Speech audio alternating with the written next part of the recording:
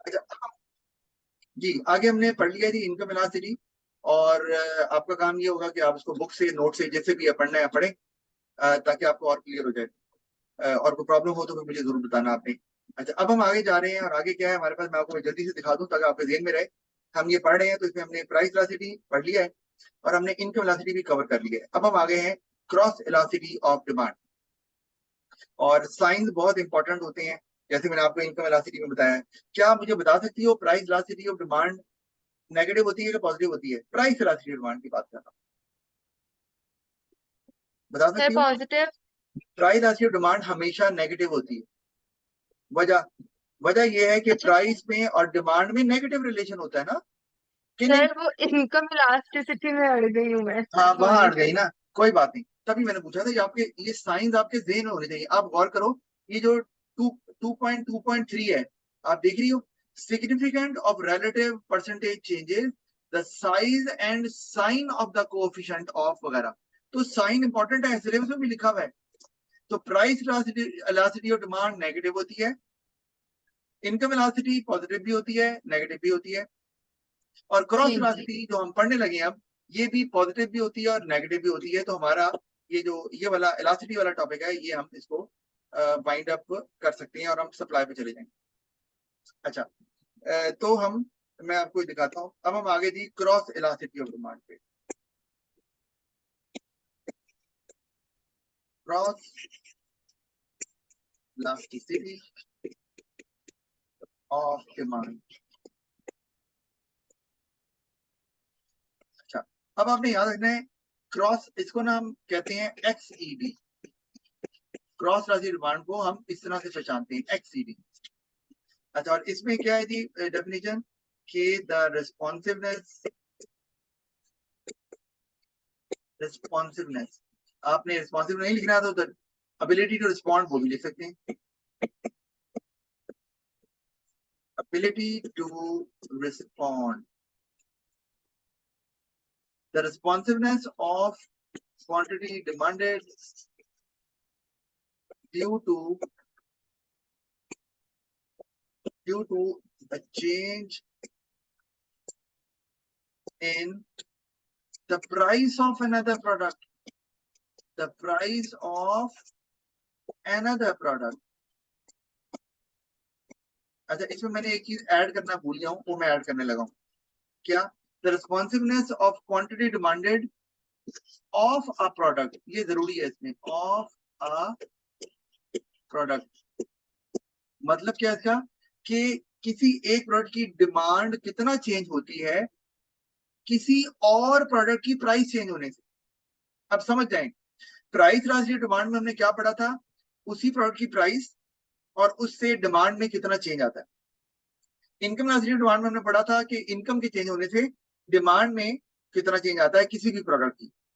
और हम क्रॉस राशि डिमांड में पढ़ रहे हैं कि किसी एक चीज की प्राइस में चेंज आने से किसी दूसरी चीज की डिमांड में क्या फर्क पड़ता है, इसलिए इसको क्रॉस इलास्टिसिटी बोलते हैं। समझ आ रही है बात की? सर एक चीज की डिमांड बढ़ने से दूसरे प्रोडक्ट की। हाँ, नहीं, एक चीज की प्राइस में चेंज आने से किसी दूसरे प्रोडक्ट की डिमांड में क्या असर पड़ेगा। मतलब ठीक है ये, सर। मैं आपको समझा भी देता हूँ ना, अभी पहले मैं ना इसका एक फार्मूला भी लिख दूं आपको, फिर मैं आगे इस पे बात करता हूँ। ये XED,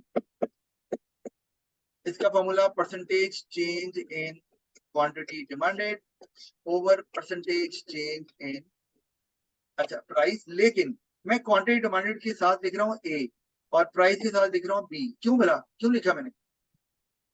सर वो दूसरे प्रोडक्ट को रेफर करने के लिए। जी, प्राइस किसी और की है, डिमांड किसी और की है। अगर मैं दोनों को सेम कर दूंगा, फर्ज किया मैं डिमांड भी एक ही कर दूं, प्राइस भी एक ही कर दूं, तो ये क्या बन जाएगा? तो फिर वो एक ही प्रोडक्ट की डिमांड और प्राइस के साथ हम कर लेंगे। जी, फिर ये बन जाएगा प्राइस इलास्टिसिटी ऑफ डिमांड। सही है। जी सर। तो अब मैं आपको ये दिखा रहा हूँ कि अब इसको अगर यहाँ पे टेबल हम अगर ले रहे हैं, प्राइस ऑफ ए है और यहाँ क्वांटिटी डिमांडेड ऑफ बी है, और उसमें चेंज आ रहा है कोई, लेट्स से प्राइस जो थी ना वो 10 थी, वो 12 पे चली गई, और जो डिमांड थी ना वो 25 थी, तो वो चली गई लेट से कितनी कर दें, 12 पे। अच्छा, अब यहाँ क्या हो रहा है, यहाँ पे प्राइस के बढ़ने से डिमांड कम हो रही है ना। जी सर। अब मैं इसको अगर आंसर निकालूंगा तो आंसर क्या आएगा, अगर हम निकालें तो सर आप नेगेटिव में। नेगेटिव, आंसर नेगेटिव में ही आएगा, लेकिन अब वो ग्रेटर देन 1 है, लेस देन 1 है, ये देख लेना। देखो वही आपको दिखाने लगा हूं कि ये खैर मैंने वैल्यू बड़ी और डी है, मैं चेंज करता ताकि आसान रह जाए ना हमारे लिए, कैलकुलेट ना करना पड़े। ये ना 10 थी, यहाँ से 5 हो गई, ठीक है। तो अब जो चेंज आया डिमांड में वो आया 5 का, ठीक है। तो चेंज 5 लिख दिया, ओरिजिनल बिफोर चेंज कितनी है 10, यहाँ लिख दिया इनटू 100, ठीक है। फिर divided by percentage change in price और बी निकालना है। अच्छा वो मैंने ऊपर ना बी लिखा है, ए लिखा है, वो थोड़ा सा चेंज कर दूं मैं। यहाँ पर ये डिमांड जो है ना वो है ए की और प्राइस बी की है, तो मैंने फॉर्मूले में वो लिखा हुआ है ना, फर्क नहीं पड़ता फॉर्मूले में जो वो लिखा हुआ मैंने। अच्छा अब नीचे अगर प्राइस को देखें तो प्राइस में फर्क आ रहा है 2 का, तो मैंने 2 लिख दिया, और बिफोर चेंज प्राइस कितनी थी 10 इंटू 100, तो आंसर आ गया 50% ओवर 20%, 2.5। और ये नेगेटिव होगा, नेगेटिव साइन लगा दिया मैंने साथ, पता है क्यों नेगेटिव आया। सर नहीं, नहीं पता। नहीं, अच्छा एक तो बात ये, क्या ये 10 से 5 नहीं हो रही, हो रही है ना, जी। तो आना तो माइनस ही है, तो माइनस साइन तो फिर यहाँ भी आएगा, जब यहाँ आएगा तो फिर यहाँ भी आएगा, और यहाँ आएगा तो फिर आंसर में भी आ जाएगा, ऐसे ही है ना। जी सर, जब डिमांड कम हो रही है। तो कम हो रही है तो माइनस का चेंज चेंज तो आ रहा है, लेकिन माइनस में चेंज आ रहा है ना। सर तो जब भी डिमांड कम होगी हम माइनस ही लगाएंगे। नहीं मैं आपको देखो बात सुनो, हमने जैसे इनकम इलास्टिसिटी देखी। अच्छा पहले मैंने वो भी आपको साथ साथ बताता हूँ ताकि आपको समझ आ जाए अच्छे से, नीचे में मिटा दूंगा। देखो हमने प्राइस इलास्टिसिटी और डिमांड, अगर मैं आपको बताऊं पहले ये देख लो, ये आपको क्लियर होना जरूरी है। मैं कहता हूँ प्राइस 2 थी, वो 4 हो गई, डिमांड 10 थी, वो 5 हो गई, ओके। अब बताओ क्या यहाँ पे डिमांड चेंज तो हो रही है लेकिन माइनस में नहीं हो रही। हो रही है। देखो प्राइस में भी चेंज आ रहा है लेकिन प्राइस में +2 का चेंज आ रहा है ना। Positive change. हाँ, डिमांड में जी। -5 का आ रहा है। तो जब इसको हम अगर इसको हम पुट करेंगे ना फॉर्मूले में, तो परसेंटेज चेंज जो डिमांड का चेंज है वो है -5। हम शो नहीं करते ना, मैंने कहा था हम इग्नोर कर देते हैं, लेकिन माइनस वैसे होता है। डिवाइड करेंगे, ओरिजिनल कितनी है 10 इंटू 100, डिवाइड किया तो चेंज आया +2 का, और ओरिजिनल कितनी है वो भी 2 है इंटू 100। तो आंसर अगर देखें तो वो आ रहा है -50% ओवर 100%, वो प्लस ही है ना, तो आंसर हमारे पे जो आएगा वो -0.5 होगा, नहीं। ठीक है सर। अच्छा लेकिन सुन लो, प्राइस इलास्टिसिटी डिमांड हमेशा नेगेटिव होती है, बताया था ना आपको।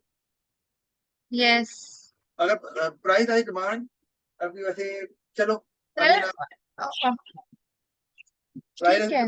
प्राइस आई डिमांड जो है ना वो उसमें भी आ सकता है प्रॉब्लम, असल में मैं वो आपको बताना नहीं चाह रहा अभी, आप समझो नेगेटिव ही होती है, क्योंकि मैं आपको कंफ्यूज नहीं करना चाह रहा। एएस तक यही ठीक है, A2 का जो सिलेबस है ना उसमें मैं आपको फिर एक और गुड ऐड हो जाती है, गिफन गुड, पर अभी एएस में है नहीं, तो मैं आपको नहीं बताता। लेकिन हाँ आप याद रखो प्राइस ऐसी डिमांड नेगेटिव होती है। अच्छा नेगेटिव होती है तो आपका ये माइनस साइन हमेशा आना ही आना है, लेकिन हम इसको इग्नोर करते हैं ना, क्योंकि हमें पता है माइनस है, ठीक है, तो हम इसे इग्नोर करते हैं। इग्नोर क्यों करते हैं, ये बताने के लिए कि भाई ये लेस देन 1 है या ग्रेटर देन 1 है, बस सिर्फ इसीलिए। यहाँ से पता चल रहा है ये लेस देन 1 है, अगर माइनस साइन हम इग्नोर नहीं करेंगे तो हर दफा लेस देन 1 ही आएगी, है ना। जी सर। लेकिन माइनस साइन होता है क्योंकि वो नेगेटिव रिलेशन है दोनों में। तो इसी तरह से अगर मैं इनकम वेलोसिटी की बात करूं तो उसमें भी ऐसे ही है, अगर वो इंफीरियर गुड्स हैं तो माइनस का साइन जरूर आएगा साथ, लेकिन हम उसको इग्नोर करते हैं इलास्टिक इनलास्टिक देखने के लिए। अगर वो नॉर्मल या लग्जरी है तो फिर तो है ही पॉजिटिव का साइन, तो उसमें तो कोई प्रॉब्लम नहीं। समझ आ गई है, इनकम वेलोसिटी भी समझाऊं इसमें फिर। सर आ गई। आ गई है। अच्छा अब आपको बताना क्या है मैंने, कि आपको बता रहा था कि जो क्रॉस वेलोसिटी है ना वो नेगेटिव भी होती है, वो पॉजिटिव भी होती है। तो अभी जो हमने एग्जांपल देखी है क्रॉस वेलोसिटी की, उसमें जो क्रॉस वेलोसिटी है वो क्या है, पॉजिटिव है कि नेगेटिव है, देख के बताओ क्या लग रहा नेगेटिव। है। नेगेटिव है, बिल्कुल सही आपने कहा, नेगेटिव है। ये हमें नजर आ रहा है, साइन इसका नेगेटिव आ रहा है। अच्छा, income velocity sorry cross velocity negative किन प्रोडक्ट्स की होती है, आपने ये याद रखना है। और वो होते हैं कौन से प्रोडक्ट्स, कुछ याद सर है? आपने अभी क्या बोला है? एक मैंने आपसे कहा है कि अ, इनकम वेलोसिटी नेगेटिव किन प्रोडक्ट्स की होती है, हम इस पे बात कर रहे हैं। अभी ये नेगेटिव देखिए ना, जी cross sir. Velocity, sorry income बोल दिया, cross velocity of demand negative आई ना यहाँ पर। जी जी। तो हमें देखना है कि कौन से प्रोडक्ट होते हैं जिनकी क्रॉस वेलोसिटी डिमांड नेगेटिव होती है। ये जो हमने ए और बी सर लिए हैं, ये कौन से हैं? अच्छा वो देखो, मैं बताने लगा हूं। वो है आपके कॉम्प्लीमेंट्स। और जल्दी से बता दो, आपको पता है कॉम्प्लीमेंट्स क्या होते हैं? ये कॉम्प्लीमेंट्री सर गुड्स टू नहीं होते। गुड्स। हाँ हाँ, सर बोलो टू बोलो। Goods which are used in conjunction. जी, which are use together, they can not be use in isolation, बिल्कुल सही। अब मैं आपको ये बता रहा हूँ, दो गुड्स हैं एक्स और वाई, ये दोनों कॉम्प्लीमेंट हैं। फॉर एग्जाम्पल, एक्स की प्राइस बढ़ जाती है, मैं एक्स की डिमांड को कुछ नहीं अभी शो कर रहा, तो बताएं कि वाई की डिमांड को क्या होगा। ये भी बढ़ जाएगी। है? अच्छा ठहर जाओ, ठहर जाओ। अगर एक्स की प्राइस बढ़ रही है तो पहले बताओ एक्स की डिमांड को क्या होगा। कम हो जाएगी। कम, तो जो एक्स कम हो गया तो वाई क्यों लेंगे? जब दोनों चीजें इकट्ठी इस्तेमाल होती हैं, तो एक्स महंगा हो गया, लोग एक्स नहीं ले रहे, तो वाई लेकर क्या करेंगे? बात समझ ठीक नहीं आ है रही? मैंने जान के सर। मिस किया, यहाँ पर वाई की डिमांड जो है वो कम हो जाएगी। और वो क्यों कम हो रही है? क्योंकि बीच में जो एक्स की डिमांड है वो भी कम हो गई ना। तो जब एक्स और वाई दोनों इकट्ठे इस्तेमाल होते हैं, तो जब लोग एक्स नहीं ले रहे तो वाई क्यों लेंगे? समझ आ रही है? ठीक। तो ठीक अब है, मैंने वो तो प्राइस मैंने के चेंज अब की वजह से। हाँ, अब मैं बीच में से उड़ा दिया ना, इसीलिए क्योंकि हम क्रॉस राशि पढ़ रहे हैं। हमने इन दोनों के रिलेशन को देखा, प्राइस किसी की, डिमांड किसी की, और इन दोनों में नेगेटिव रिलेशन नजर आ रहा है। जी। आ रहा है ना? तो ये कॉम्प्लीमेंट्स की क्रॉस इलास्टिसिटी नेगेटिव होती है। और इसका अगर हम डायग्राम बनाएंगे तो वो कुछ ऐसी बनेगी। प्राइस मैंने यहाँ ले ली एक्स की, और डिमांड मैंने ले ली वाई की यहाँ पर। और ये चूंकि नेगेटिव है तो ये इस तरह भी हो सकती है, और ये इस तरह भी हो सकती है। क्या दोनों नेगेटिवली स्लोप्ड हैं? जी। हैं। अच्छा, तो इसका मतलब है तो ये दोनों कॉम्प्लीमेंट्स के कर्व। लेकिन दोनों में फर्क क्या है? ये जो कर्व है, ये क्रॉस इलास्टिसिटी यहाँ पर बिल्कुल नेगेटिव है और कॉम्प्लीमेंट्स की बात हो रही है। लेकिन यहाँ पर हम कहेंगे क्रॉस इलास्टिक डिमांड, यानी कि किसी दूसरे चीज की प्राइस चेंज होने से इसमें ज्यादा, डिमांड में ज्यादा चेंज आता है। बना के दिखाऊं? ये देखो,